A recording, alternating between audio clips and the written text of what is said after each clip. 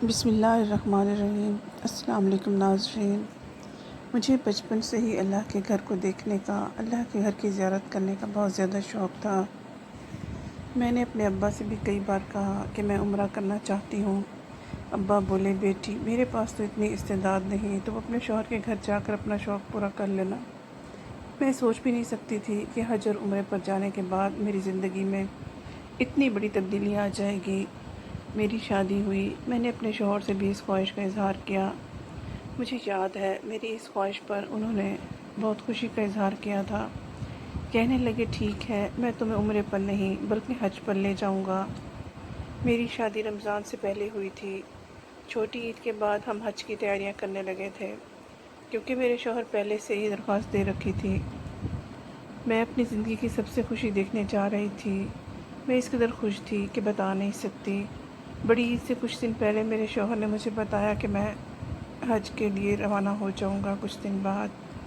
میں بہت خوش ہو گئی، لیکن رات کو جب میں کمرے میں آئی تو میرے شوہر کے چہرے پر پریشانی تھی۔ وہ پاسپورٹ کو دیکھتے ہوئے مجھ سے سوال کرنے لگے، تمکین مجھ سے وعدہ کرو وہاں جا کر تم بے وفائی تو نہیں کرو گی۔ شوہر کی بات سن کر میں حیران ہو گئی۔ عالم آپ کو کیا ہو گیا ہے؟ آپ کو کیا لگتا ہے آپ کی تمکین کبھی بے وفائی کرے گی؟ ایسا سوچیے کبھی مت۔ میاں بیوی میں جھگڑے ہوتے رہتے ہیں، اختلاف بھی ہو جاتے ہیں، ہمیشہ ایک ساتھ ہوتے ہیں، آخر میں ہمیشہ ایک ساتھ ہوتے ہیں۔ زندگی میں کبھی بھی آپ کو ایسا خیال آئے تو آپ میری آنکھوں میں دیکھ لیجئے گا۔ اچھا بس اب فلمی باتیں مت کرو۔ میرے شوہر کی اس بات نے مجھے پریشان کر دیا تھا۔ پتہ نہیں کیوں حج پر جانے سے پہلے ایسا خیال آیا۔ حالانکہ لوگ حج پر جانے سے پہلے اللہ کے علاوہ کسی کو یاد نہیں کرتے، میں نے یہی سنا ہے، اور حج اور عمرے پر جانے سے انسان کے دل میں موجود سبھی خدشے ختم ہو جاتے ہیں اور انسان پہلے کی طرح تر و تازہ ہو جاتا ہے۔ حج پر جانے سے پہلے میرے شوہر کی پھپھو نے ہمیں کھانے پر بلایا اور انہوں نے کہا مجھے تم سے ضروری بات کرنی ہے۔ جب ہم ان کے گھر کھانے پر گئے تو پھپھو مجھ سے کہنے لگی کہ چھت پر آؤ، مجھے تم سے ضروری بات کرنی ہے۔ میں پھپھو کے پیچھے پیچھے چھت پر گئی تو کہنے لگی بیٹی زندگی میں بڑی مصیبت اور آفات آ جاتی ہیں، لیکن تم حج پر جا رہی ہو، تم اپنے شوہر کے لیے دعا کرنا، اور ہاں اپنے شوہر کو چھوڑنا مت اور سوچنا بھی مت، کچھ بھی ہو جائے۔ میں اپنی پھپھو کی بات سن کر بہت زیادہ شک میں پڑ گئی کہ آخر انہوں نے ایسی بات کیوں کی۔ اگر کوئی ایسی بات نہ ہوتی تو میرا شوہر اور پھپھو ایک ہی بات کیوں کرتے؟ میرے دل میں ہزاروں اندیشے تھے اور خوف الگ تھے۔ میرا جی چاہتا تھا کہ میں خاموش رہی۔ میں نے کہا جو اتنے پاک گھر کی زیارت کے لیے جا رہی ہوں تو وہاں میرے ساتھ کیسے کچھ ہو سکتا ہے؟ زندگی آگے بڑھتی رہی۔ ایک ہفتے کے اندر ہم مکہ مکرمہ کے لیے روانہ ہو گئے۔ میرا دل زور زور سے دھڑک رہا تھا، میں وہاں جا کر حج کر بھی پاؤں گی یا نہیں۔ میرے ذہن میں بار بار سوچ آ رہی تھی۔ پتہ نہیں کیوں ایک بار تو مجھے ایسا خواب بھی آیا تھا جیسے خانہ کعبہ تک جاتے جاتے کھینچ لی جاتی ہوں اور حج مکمل نہیں ہو پاتا۔ میں اللہ سے دعائیں کر رہی تھی کہ اللہ ایسا موقع نہ آئے کہ میری مراد پوری ہوئے بغیر مجھے واپس آنا پڑے۔ کسی نے سوچا تھا کہ میرے ساتھ کیا ہونے والا ہے؟ میں نے اپنے شوہر سے کہا تھا کہ ہم دونوں رات گئے تک عبادت کریں گے، اس لیے آپ مکہ سے قریب قریب ہوٹل لیجئے گا جہاں سے خانہ کعبہ پاس ہو اور ہمیں وہاں ٹھہرنے میں کوئی دقت نہ ہو۔ میرے شوہر نے کہا تمہیں فکر کرنے کی کوئی ضرورت نہیں، ہمارا ہوٹل حرم سے صرف 500 کلومیٹر کی دوری پر ہوگا، ہم وہاں جا کر عبادت کرتے رہیں گے، ہماری عبادت میں کوئی خلل نہیں ہوگا، تم کسی چیز کی فکر نہ کرنا۔ میں اپنے شوہر کی باتیں سنتی رہی، میرا دل بہت زور زور سے دھڑکتا۔ ایک عجیب سا اندیشہ تھا جو میرے ذہن پر سوار تھا، پھر وہی ہوا جس کا ڈر تھا۔ حج سے 2 دن پہلے کی بات ہے، جب میں عبادت کرنے کے لیے نفل پڑھنے کے لیے رات کو اپنے کمرے سے نکلی۔ میرے پاس اپنا بیگ بھی تھا جس میں نے پاسپورٹ، پانی کی بوتل اور چھوٹی موٹی چیزیں رکھی ہوئی تھی۔ مجھ سے غلطی ہوئی، میں اپنا پورا بیگ باہر لے آئی، پاسپورٹ جس میں موجود تھا۔ ایسا نہیں کرنا چاہیے تھا مجھے۔ ادھر ہی میں نے باہر قدم رکھا، ایک عورت کو پایا جو دیدے پھاڑ کر دیکھ رہی تھی۔ عورت کی نظر جیسے ہی مجھ پر پڑی وہ میرے قریب آئی اور کہنے لگی بیٹی تم کہاں جا رہی ہو؟ میں نے اسے دیکھ کر حیرانی کا اظہار کیا۔ اس کی شکل و صورت دیکھی بھالی لگ رہی تھی، لیکن یاد نہیں آ رہا تھا کہ میں نے اسے کہاں دیکھا ہے۔ خیر میں اس سے باتوں میں مصروف ہو گئی۔ میں نے کہا عبادت کرنے جا رہی ہوں۔ وہ کہنے لگی بیٹا حرم کی صفائی ہو رہی ہے، تمہیں بہت زیادہ بھوک بھی لگی ہوئی ہوگی، کیا تمہارے ہوٹل میں کھانے پینے کا بندوبست ہے؟ میں نے کہا مجھے ابھی تک یاد نہیں ہے، ہم نے جو بھی کھایا باہر سے کھایا ہے۔ عورت نے کہا کہ مجھے تم اپنے پاسپورٹ دکھاؤ اور باقی کاغذات بھی، مجھے پتہ چل جائے گا کہ تمہارے ہوٹل میں کھانے پینے کی سہولت ہے یا نہیں۔ میں نے پہلے تو انکار کر دیا، لیکن پھر اس کے اصرار کرنے پر میں نے اسے پاسپورٹ دکھا دیا۔ وہ ہنس کر بولی ارے پاسپورٹ سے ہوٹل کا تھوڑی نہ پتہ چلتا ہے، میرا مطلب ہے تم مجھے اور کاغذات بھی دکھاؤ۔ میں اس عورت کی بات پر بہت زیادہ حیران ہو گئی۔ پھر اس نے کہا چلو اگر تمہارا دل نہیں کرتا تو تم مت دکھاؤ۔ وہ پاسپورٹ کو دیکھ کر سخت حیرت میں مبتلا ہو چکی تھی۔ مجھ سے پوچھنے لگی کہ کیا تم شادی شدہ ہو؟ میں نے کہا جی ہاں، میری شادی تقریباً 5 مہینے پہلے ہوئی ہے۔ میری بات سن کر وہ حیرت سے مجھے دیکھنے لگی، جیسے اس نے پہلی بار کسی شادی شدہ عورت سے بات کی ہو۔ اور شادی کرنا کوئی جرم ہوا؟ اچھا تمہیں بھوک لگی ہوگی، چلو میں تمہیں اپنے گھر لے چلتی ہوں۔ میرا شوہر یہاں بہت بڑا کاروبار کرتا ہے، اس کے پاس دنیا کی ہر سہولت موجود ہے۔ تم میرے گھر چلو گی تو تمہیں کسی محل جیسا منظر دیکھنے کو ملے گا۔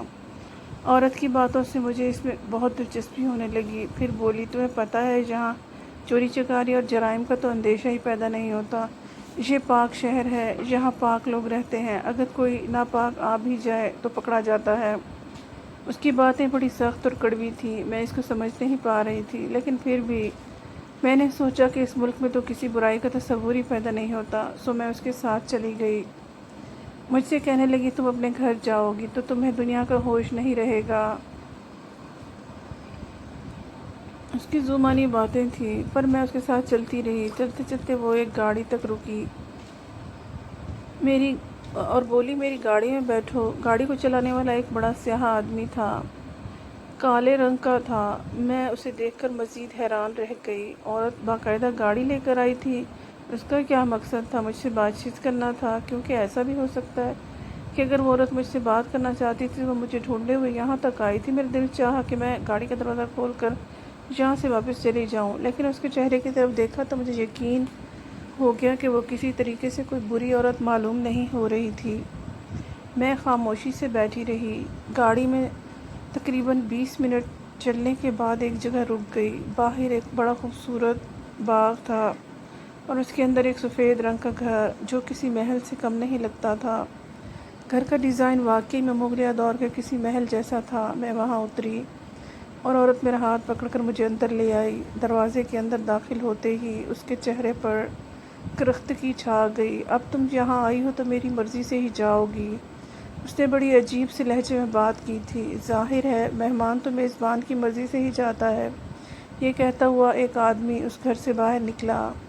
اس آدمی کا قد بہت لمبا تھا، وہ بہت ہی ظالم انسان لگ رہا تھا، لیکن اس کا قد جھکا ہوا تھا، وہ عاجز معلوم ہوتا تھا۔ اس نے مجھ سے بات کی، کہا بیٹی جاؤ، جا کر کمرے میں بیٹھو، آرام کرو۔ اب تم اس گھر میں آ گئی ہو تو اسے اپنا ہی گھر سمجھو۔ مجھے ایسا لگتا تھا جیسے یہ لوگ مجھے برسوں سے جانتے ہوں۔ پھر وہ عورت مجھے معلوم ہے کہ تمہیں پیاس لگی ہوئی ہوگی، چلو فی الحال اپنے بیگ سے پانی نکال کر پی لو، تب تک میں تمہارے لیے شربت لاتی ہوں۔ شربت کا کہہ کر وہ کمرے سے نکل گئی۔ میں اپنا بیگ ڈھونڈنے لگی، لیکن یہ کیا، میرا بیگ تو کہیں پر نہیں تھا۔ میرے قدموں تلے سے زمین نکل گئی۔ میرا بیگ میرا واحد اثاثہ تھا، کیونکہ اس کے اندر میرا پاسپورٹ، میرے کاغذات اور شوہر سے رابطے کے دیگر ذرائع موجود تھے۔ میں اپنے موبائل فون کے بارے میں بہت زیادہ محتاط رہتی تھی، لیکن اس وقت میرا موبائل فون میرے پاس نہیں تھا۔ میں اپنے شوہر سے رابطہ کرنے کے قابل بھی نہیں رہی تھی۔ میں دوبارہ اپنے بیگ کو ڈھونڈنے لگی کہ میرا بیگ کہیں ہوتا تو مجھے ملتا۔ میں نے بہت کوشش کی، بالآخر میں تھک ہار کر بیٹھ گئی۔ اتنے میں وہ عورت کمرے کے اندر داخل ہوئی۔ میں اسے دیکھ کر کھڑی ہو گئی۔ میرا بیگ نہیں مل رہا، مجھے پریشانی ہو رہی ہے۔ میری بات سن کر اس نے کسی قسم کے تاثرات کا اظہار نہیں کیا، بلکہ میرے سامنے ہی بیٹھ گئی۔ کیا بات ہے، آپ کو کوئی فرق نہیں پڑا؟ میرا بیگ، میرا پاسپورٹ، سب کچھ گم ہو گیا ہے۔ ارے بیٹا پہلے شربت پی لو، اپنی سانس بحال کرو، ورنہ تم پریشانی میں سب کچھ بھول جاؤ گی۔ رہی بات تمہارے پاسپورٹ کی، تمہارا بیگ گاڑی میں پڑا ہوگا، میں تھوڑی دیر میں جا کر دیکھتی ہوں۔ اس عورت کی بات سن کر مجھے سکون محسوس ہوا، میرے دل کو قرار آیا کہ چلو میرا پاسپورٹ تو واپس مل جائے گا۔ میں خود کو کوس رہی تھی کہ میں یہاں آئی ہی کیوں ہوں، آخر میرے آنے کا مقصد کیا تھا؟ صرف اس لیے کہ اس عورت نے مجھ سے چکنی چپڑی باتیں کی اور میں ان کی باتوں میں آ گئی۔ یا اللہ، میں کتنی بیوقوف ہوں اور میں نے کیا کر دیا؟ میں خواہ مخواہ اس عورت کے ساتھ چلی آئی۔ کم از کم مجھے یہ تو دیکھنا چاہیے تھا کہ اس وقت میرا شوہر نہیں جاگا، تو میں اس کی غیر موجودگی میں گھر سے باہر کیوں جا رہی ہوں؟ میں یہ باتیں سوچ رہی تھی کہ اس عورت نے مجھے دوبارہ وہ شربت پینے کا کہا۔ میں تو شربت پی کر سو گئی۔ مجھے ایسا لگا جیسے میرا ذہن تاریکیوں میں ڈوب رہا ہے، میری آنکھوں پر غنودگی چھا رہی تھی، دل میں عجیب سے وسوسے پھرتے پھر رہے تھے، میری آنکھیں بند ہو گئیں، میں کسی اور ہی دنیا میں پہنچ گئی۔ نہ جانے کتنی دیر نیند کی حالت میں رہی۔ جب میری آنکھ کھلی تو میرے آس پاس کوئی بھی نہیں تھا۔ میری جب نظر سامنے پڑی تو گھڑی پر وقت دیکھ کر میں بہت پریشان ہو گئی۔ صبح کے 10 بج رہے تھے، آس پاس سے روشنی میرے چہرے پر پڑ رہی تھی۔ یہ دیکھ کر مجھے حیرت ہوئی اور پریشانی بھی ہوئی کہ جس گھر میں موجود تھی یہاں بالکل اکیلی تھی، کوئی بھی میرے آس پاس نہیں تھا۔ میں پریشان ہونے لگی کہ یہ عورت مجھے کہاں لے کر آ گئی ہے، یہ کہ میرا شوہر میرے بارے میں کیا سوچ رہا ہوگا۔ میں جلدی سے اٹھ کر میں نے کمرے کا دروازہ کھولنے کی کوشش کی، مگر دروازہ باہر سے بند تھا۔ میری آنکھوں میں آنسو آ گئے، پریشانی سے دل زور زور سے دھڑکنے لگا۔ وہ عورت ایسی تو نہیں لگتی تھی کہ مجھے کمرے کے اندر بند کر دے۔ میں دروازے کو زور زور سے پیٹنے لگی۔ تقریباً 5 منٹ دروازہ پیٹنے کے بعد میں نے چیخنا چلانا بھی شروع کر دیا تھا۔ تب دروازے کو آ کر کسی نے زور سے کھولا۔ میں نے دیکھا سامنے میں عورت تھی۔ عورت نے آ کر مجھے سہارا دینے کی بجائے بہت زور سے ڈانٹا اور کہنے لگی، لڑکی تم پاگل تو نہیں ہو گئی؟ کیوں پاگلوں کی طرح دروازہ بجائے جا رہی ہو؟ میں نے باہر سے دروازہ بند کر دیا ہے تو تمہیں یہ بات سمجھنی چاہیے کہ میں نے تمہیں قید کر رکھا ہے۔ آپ نے مجھے قید کر رکھا ہے، مگر وہ کیوں؟ میں پھر سے رونے لگی تھی۔ زیادہ سوال جواب کرنے کی ضرورت نہیں ہے، یہ پاک شہر ہے، یہاں جرائم نہیں ہوتے۔ میں نے تمہیں کسی مقصد کے تحت یہاں بند کر رکھا ہے۔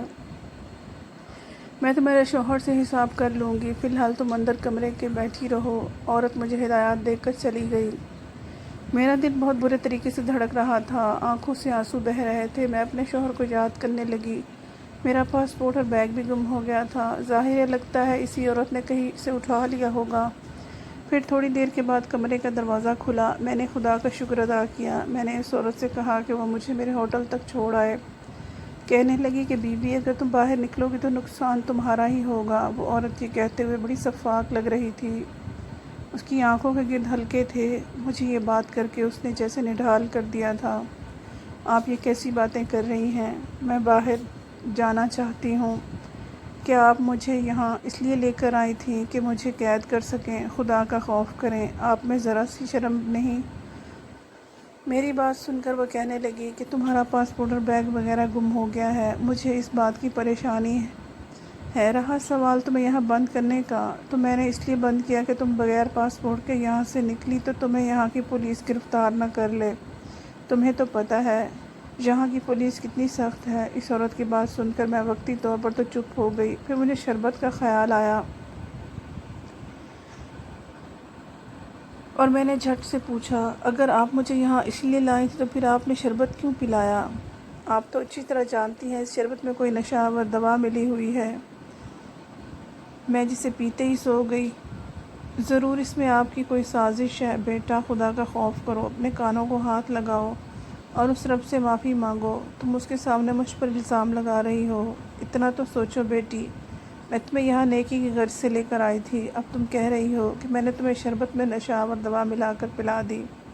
میں ایسا کیوں کروں گی بیٹی؟ مجھے ایسا کر کے ملے گا کیا؟ تم خود سوچو نا، میں تمہیں جانتی ہوں نہ تم مجھے جانتی ہو، پھر ایسا کر کے مجھے کون سی نسلوں کا ثواب ملے گا، یا قارون کا خزانہ ہاتھ آ جائے گا۔ یہ بات سن میں نے نوٹ کی ہی نہیں تھی کہ وہ عورت روانی سے اردو بول رہی تھی۔ میں نے اسے دیکھ کر مزید حیران ہو گئی۔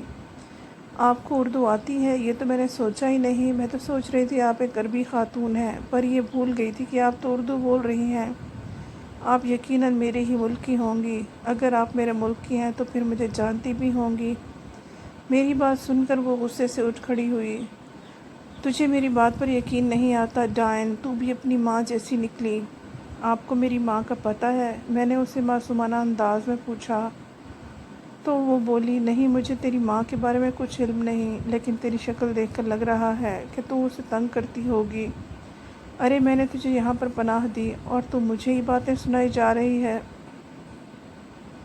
اب چپ کر کے بیٹھ، ورنہ میں تجھے اسی کمرے میں بند کر دوں گی اور کھانے کو بھی کچھ نہیں دوں گی۔ جب تک میرا حساب پورا نہیں ہوتا تب تک تو یہاں سے کہیں نہیں جائے گی اور ہلے گی بھی نہیں۔ اس صورت کی بات سن کر میں تھر تھر کانپنے لگی۔ سوچا نہیں تھا کہ میرے شوہر کی وجہ سے اتنی زیادہ ذلت کا سامنا کرنا پڑ سکتا ہے۔ وہ میرے شوہر عالم کا بھی نام لے رہی تھی۔ خیر میں اپنے کمرے میں آ کر بیٹھ گئی۔ میں نے دیکھا دوسرے کمرے سے بھی بحث کی آوازیں آ رہی تھیں۔